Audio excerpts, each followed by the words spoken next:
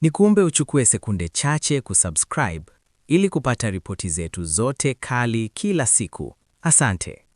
Mzee Malecela leo amejitokeza hadharani mbele ya maelfu ya wananchi na wanachama katika mikutano ya Wanyeusi iliyofanyika jijini Dodoma, akitoa kauli nzito zilizozua hisia kali na mjadala mpana miongoni mwa waliohudhuria.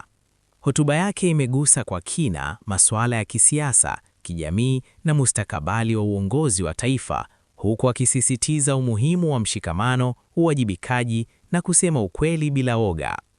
Akizungumza kwa kujiamini, Mzee Malecela amesema ameamua kuvunja ukimya na kuzungumza wazi baada ya kushuhudia mwelekeo unaochukuliwa na baadhi ya viongozi na makundi ya kisiasa, akidai kuwa wananchi wengi wamekuwa wakiachwa gizani kuhusu maamuzi muhimu yanayogusa maisha yao ya kila siku.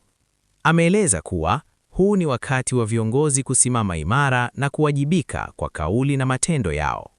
Wanyeusi wa Dodoma ni watu jasiri, hawapendi maneno matupu.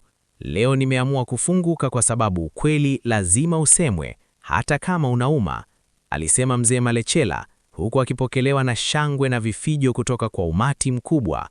Katika hotuba yake, amegusia pia haki za wananchi, maendeleo ya jamii, pamoja na nafasi ya vijana katika uongozi wa taifa.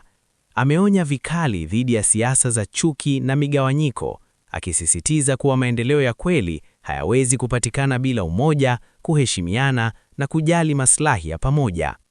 Aidha, amewataka wananchi kuwa makini na ahadi za kisiasa na kuchagua viongozi kwa misingi ya uadilifu, uwezo na uaminifu, badala ya maneno matamu yasiyo na utekelezaji.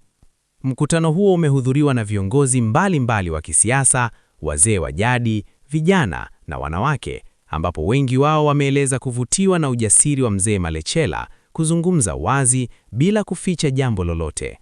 Wachambuzi wa siasa wanasema kauli zake zinaweza kuwa na athari kubwa katika mwelekeo wa mjadala wa kisiasa jijini Dodoma na hata katika ngazi ya kitaifa.